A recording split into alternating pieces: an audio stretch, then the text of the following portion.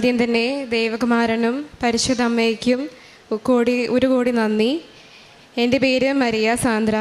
ഞാൻ സെൻറ് അംബ്രോസ് പള്ളി എടവനക്കാട് എറണാകുളം ജില്ലയിൽ നിന്ന് വരുന്നു. ഞാനിന്ന് വന്നിരിക്കുന്നത് ഈശോയിൽ നിന്ന് മാതാവ് വഴി എനിക്ക് കിട്ടിയ അനുഗ്രഹത്തിനെ കുറിച്ച് പറയാനാണ്. എല്ലാവരും പോലെ എനിക്കും പുറത്ത് പോയി പഠിക്കണം, അവിടെ സെറ്റിൽ ആവണം എന്നുള്ള വലിയ ആഗ്രഹത്തോടെ ഞാൻ ജർമ്മൻ പഠനം തുടങ്ങി. അത് കഴിഞ്ഞ് ജർമ്മൻ 10 മാസം പഠിച്ചു കഴിഞ്ഞിട്ട് ഞാൻ ജർമ്മൻ പരീക്ഷയ്ക്ക് വേണ്ടി അറ്റംപ്റ്റ് ചെയ്യാൻ തുടങ്ങി. ഉടമ്പടി എടുക്കുന്നതിന് മുൻപ് തന്നെ ഞാൻ 2 മൊഡ്യൂൾ പാസ്സായിട്ടുണ്ടായിരുന്നു. ഉടമ്പടി എടുത്തു കഴിഞ്ഞിട്ട് എനിക്ക് 2 മൊഡ്യൂൾ എഴുതാനുണ്ടായിരുന്നു. അതിന് ഡേറ്റ് കിട്ടാൻ വേണ്ടി വളരെ ബുദ്ധിമുട്ടായിരുന്നു. അങ്ങനെ കുറേ പ്രയാസം ഉണ്ടായിരുന്നു. എന്നാലും പുറകെ പ്രവേശം വെച്ച് എനിക്ക് ഡേറ്റ് കിട്ടി. ജാനുവരി 21-ാം തീയതി എനിക്ക് ബാക്കി 2 മൊഡ്യൂൾ എഴുതാനുണ്ടായിരുന്നു. ഞാൻ എഴുതി. അവിടെ ചെന്നപ്പോൾ അവിടെ വരുന്ന എല്ലാ കുട്ടികളുടെ കയ്യിലും കൃപാസന മാതാവും കൃപാസന മാതാവിൻ്റെ കാശുരൂപം എല്ലാം കയ്യിലേന്തിയാണ് എല്ലാവരും വന്നിരുന്നത്. അങ്ങനെ ജർമ്മൻ പരീക്ഷ അറിയാവുന്നവർക്ക് അറിയാം, സ്പീക്കിങ്ങും റൈറ്റിങ്ങും ഒക്കെ ആയിട്ട് മൊഡ്യൂളുകളുണ്ട്. അങ്ങനെ സ്പീക്കിങ്ങിൽ ഞാൻ ഭയങ്കര അധികം ബുദ്ധിമുട്ടിയിരുന്ന ഒരു സബ്ജക്റ്റായിരുന്നു. സ്പീക്കിങ്ങിൻ്റെ സമയമായപ്പോൾ അതിൻ്റെ ടെസ്റ്റിന് മുൻപ് 15 മിനിറ്റ് ഞങ്ങൾക്ക് എന്തൊക്കെയാണ് പറയേണ്ടതെന്ന് പറഞ്ഞ് പേപ്പറിൽ എഴുതിയിടാൻ വേണ്ടി ഒരു സമയം തരുമായിരുന്നു. അപ്പോൾ ഞാൻ അവിടെ 15 മിനിറ്റ് എൻ്റെ സമയമായപ്പോൾ ഞാൻ അവിടെ ചെന്നിരുന്നപ്പോൾ ഞാൻ ഇരിക്കാവുന്ന സ്ഥലത്ത് കൃപാസന മാതാവിൻ്റെ ഉടമ്പടി കാശുരൂപവും പിന്നെ ഒരു കൊന്തയിൽ ചെറിയൊരു കാശുരൂപം കോർത്ത ഒരു ചെറിയ കൊന്തയും ഉണ്ടായിരുന്നു. അപ്പോൾ അത് കണ്ടപ്പോൾ എനിക്ക് ശരിക്കും മാതാവിൻ്റെ സാന്നിധ്യവും മാതാവിൻ്റെ സംരക്ഷണവും എനിക്ക് പൊതിഞ്ഞൊരു ഫീലിംഗ് ആയിരുന്നു. എനിക്ക് എന്തായാലും ഉറപ്പായിരുന്നു ഞാൻ ഈ പരീക്ഷ പാസ്സാവുമെന്ന്. അങ്ങനെ ഞാൻ 15 മിനിറ്റ് പ്രിപ്പറേഷൻ ടൈം കഴിഞ്ഞ് ഞാൻ പരീക്ഷ എഴുതാൻ പോയി. അപ്പോൾ എനിക്ക് ഭയങ്കര പേടിയായിരുന്നു. പരീക്ഷ നടത്തുന്ന ആൾക്കാരൊക്കെ ജർമ്മൻസ് ആയിരിക്കുമോ അതോ അവർ ഭയങ്കര ബുദ്ധിമുട്ടായിരിക്കുമോ എന്നൊക്കെ. അങ്ങനെ അവർ ഭയങ്കര സ്നേഹത്തോടെയും ഭയങ്കര പേഷ്യൻസോടെയൊക്കെ എന്നോട് സംസാരിച്ച് എനിക്ക് ഭയങ്കര സമാധാനമായി. എല്ലാ കാര്യങ്ങളും വളരെ നന്നായി എനിക്ക് പെർഫോം ചെയ്യാൻ പറ്റി.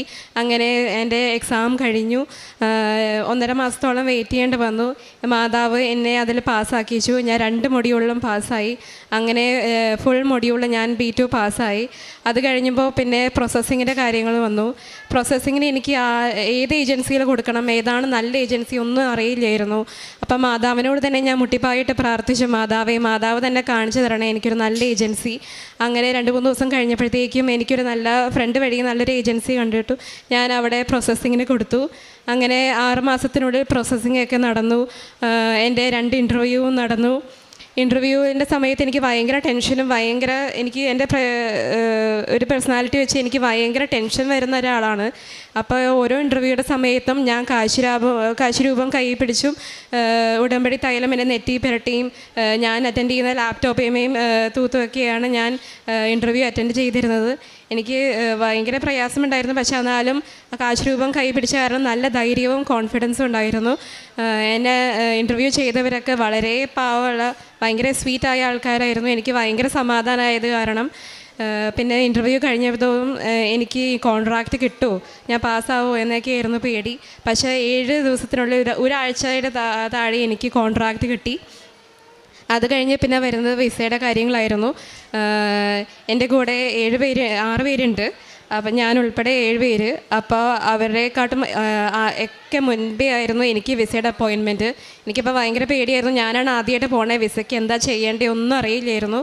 അങ്ങനെ ഞാൻ വിസയ്ക്ക് ചെന്നു. വിസയുടെ കാര്യങ്ങളൊക്കെ ഞാൻ ചെയ്തു. എല്ലാവരും പറയുന്നത് വിസ കൊടുത്തു കഴിഞ്ഞ് 1 മാസത്തോളം 22 ദിവസത്തോളം എടുക്കും വിസ വരാൻ. പക്ഷേ മാതാവിൻ്റെ അനുഗ്രഹത്താൽ എനിക്ക് 7 ദിവസത്തിനുള്ളിൽ വിസ വന്നു. എല്ലാം നന്നായി നടന്നു. ഇപ്പം ഞാൻ 29-ാം തീയതി ജാനുവരി ജർമ്മനിയിലേക്ക് വേണ്ടി പോവുകയാണ്. പിന്നെ ഉടമ്പടിയിലൂടെ എനിക്ക് പ്രാർത്ഥനാ ജീവിതത്തിലേക്ക് കുറേ മാറ്റം വരുത്തി. എനിക്ക് ദിവസവും ബൈബിൾ വായിക്കാതെ ഒരു സമാധാനമില്ല. 1 മണിക്കൂറായാലും 30 മിനിറ്റ് ആയാലും എത്രത്തോളം നേരം ഞാൻ ഇരുന്ന് ബൈബിൾ മുടങ്ങാതെ വായിക്കും. പിന്നെ മുൻപ് കുടുംബ പ്രാർത്ഥനയിലെല്ലാം ഞാൻ കൂടിയിരുന്നപ്പോഴൊക്കെ ഒരു അലസമായി പല വിചാരങ്ങളോടെയൊക്കെയാണ് ഞാൻ കൂടിയിരുന്നത്. പക്ഷേ ഇപ്പോൾ ഏറ്റവും ശ്രദ്ധയോടെ ഏറ്റവും പൂർണ്ണമായി എനിക്ക് കുടുംബ പ്രാർത്ഥനയിലേക്ക് കൂടാൻ പറ്റി. ദിവസവും ദിവ്യകാരുണ്യം ഞാൻ സ്വീകരിക്കും. എനിക്ക് ഭയങ്കര ഒരു സന്തോഷമാണ് ദിവ്യകാരുണ്യം ദിവസവും സ്വീകരിക്കാൻ പോകുമ്പോൾ. ഞാൻ ഒരിക്കലും മുടക്കാറില്ല. എൻ്റെ പ്രാർത്ഥനാ ജീവിതത്തിൽ കുറേ ഇമ്പ്രൂവ്മെൻ്റ് ഉണ്ടായി. എനിക്ക് പ്രാർത്ഥനാ ജീവിതത്തിൽ കുറേ വളരാൻ പറ്റി. പിന്നെ ദിവസവും 2 ആഴ്ച കൂടുമ്പോൾ ഞാൻ കുമ്പസാരിക്കും. എനിക്ക് അതിലൂടെയും ഭയങ്കര സമാധാനമായിരിക്കും കുമ്പസാരിക്കുമ്പോൾ. അങ്ങനെ പ്രാർത്ഥനാ ജീവിതത്തിൽ എനിക്ക് കുറേ മികവുണ്ടായി. പിന്നെ കാരുണ്യ പ്രവൃത്തിയായിട്ട് ഞാനും എൻ്റെ അമ്മയും പൊതിച്ചോറുകൾ പൊതിഞ്ഞ് അത് വിതരണം ചെയ്യാൻ വേണ്ടി പോയിട്ടുണ്ട്. പ്രായമുള്ള അമ്മമാരുടെ വീട്ടിൽ, ഓൾഡ് ഏജ് ഹോമിലൊക്കെ അവരുടെ അടുത്ത് ചെന്ന് അവരുടെ കൂടെ സമയം ചിലവാക്കി അവരുടെ അടുത്ത് സംസാരിച്ച് അവരുടെ വിഷമങ്ങളൊക്കെ കേട്ട് അങ്ങനെ അവരെ സമാധാനിപ്പിച്ചിട്ടൊക്കെ ഉണ്ട്. അത് കഴിഞ്ഞ് സാമ്പത്തികമായിട്ട് ചെയ്യാൻ പറ്റുന്ന സഹായങ്ങളൊക്കെ ഞങ്ങളെ പറ്റുന്നിടത്തോളമൊക്കെ ചെയ്തിട്ടുണ്ട്. പിന്നെ പ്രേക്ഷിത പ്രവർത്തനമായിട്ട് ഇവിടുന്ന് കിട്ടുന്ന പത്രം ഞാനും അമ്മയും വഴിയരികയും വീടുകൾ കയറിയൊക്കെ കൊടുത്തിട്ടുണ്ട്. ഉടമ്പടിയിൽ സംഭവിക്കുന്ന ഏറ്റവും പ്രധാനപ്പെട്ട ഒരു കാര്യം, അതൊരു പരീക്ഷയാണെങ്കിലും നമ്മുടെ ജീവിതത്തിൽ ഏറ്റവും പ്രധാനപ്പെട്ട ഒരു നിയോഗമാണെങ്കിലും, ആ നിയോഗത്തെ പരിശുദ്ധ അമ്മ എങ്ങനെയാണ് ആ നിയോഗത്താൽ നിങ്ങളുടെ ജീവിതത്തിൽ ക്രിസ്തു എന്ന് പറയുന്ന ഏറ്റവും പ്രധാനപ്പെട്ട വ്യക്തിയെയും ആ വ്യക്തി അനുഭവത്തെയും ഒരു ദൈവാനുഭവത്തെയും ഒക്കെ നൽകുവാനായിട്ട് എങ്ങനെ ക്രിസ്തു കൈമാറ്റം എത്രയും കൃത്യമായിട്ട് എങ്ങനെയാണ് ഉടമ്പടിയിൽ സംഭവിക്കുന്നത് നിങ്ങൾ സാക്ഷ്യം കേൾക്കുമ്പോൾ വ്യക്തമാണ്. അപ്പോൾ ഈ ഒരു സാക്ഷ്യത്തിൽ തൻ്റെ ഒരു പരീക്ഷയും അതിൻ്റെ മറ്റുള്ള എല്ലാ കാര്യങ്ങളും പരിശുദ്ധ അമ്മയുടെ വലിയ സാന്നിധ്യം കൊണ്ട് ഏറ്റവും മനോഹരമായിട്ട് എഴുതുവാനും അതിൻ്റെ കാര്യങ്ങളൊക്കെ എത്രയും വേഗം, അതായത് സമയ ചുരുക്കം സംഭവിച്ച കാര്യങ്ങളൊക്കെ എത്രയും വേഗം പരിശുദ്ധ അമ്മ ക്രമീകരിച്ചു എന്നുള്ളതാണ് സാക്ഷ്യം. അതിൻ്റെ ഏറ്റവും അവസാനം പറയുന്നത് ഉടമ്പടി ജീവിതത്തിൽ നിന്നതിന് ശേഷം വ്യക്തിപരമായ പ്രാർത്ഥനയും വ്യക്തിപരമായ കാരുണ്യ പ്രേക്ഷിത പ്രവർത്തനങ്ങളും ഒക്കെ ചെയ്യാൻ ശ്രമിച്ചു എന്നുള്ളതാണ്. അപ്പോൾ ഒരാളുടെ ജീവിതത്തിൽ പ്രാർത്ഥന കൂടിയെന്ന് പറഞ്ഞാൽ ക്രിസ്തു എന്നൊരു വ്യക്തിയിലേക്കുള്ള സ്നേഹം, ദൈവസ്നേഹം കൂടിയെന്നൊരു അർത്ഥവും കൂടിയുണ്ട്. അപ്പം അങ്ങനെ ഒരു വലിയൊരു ദൈവസ്നേഹത്തിലേക്ക് നയിക്കുവാൻ പരിശുദ്ധ അമ്മ ഓരോ കാലഘട്ടത്തിലും ഓരോ വ്യക്തികളെയും അവരുടെ നിയോഗങ്ങളും ഉടമ്പടി നിയോഗങ്ങളനുസരിച്ച് അമ്മ ഡയറക്റ്റ് ചെയ്യുന്നു എന്നുള്ളതാണ്. ഈ ഒരു സാക്ഷ്യം നമ്മളെ സഹായിക്കട്ടെ എന്ന് പ്രാർത്ഥിക്കുന്നു. പരിശുദ്ധ അമ്മ മാതാവിലൂടെ മകൾക്ക് ലഭിച്ച എല്ലാ വിശ്വാസത്തിൻ്റെ ആഴത്തിനും ഒപ്പം എല്ലാ അനുഭവങ്ങളെയും പ്രതി നമുക്ക് കരങ്ങളടിച്ച് ദൈവത്തിൻ്റെ നാമം മഹത്വപ്പെടുത്താം.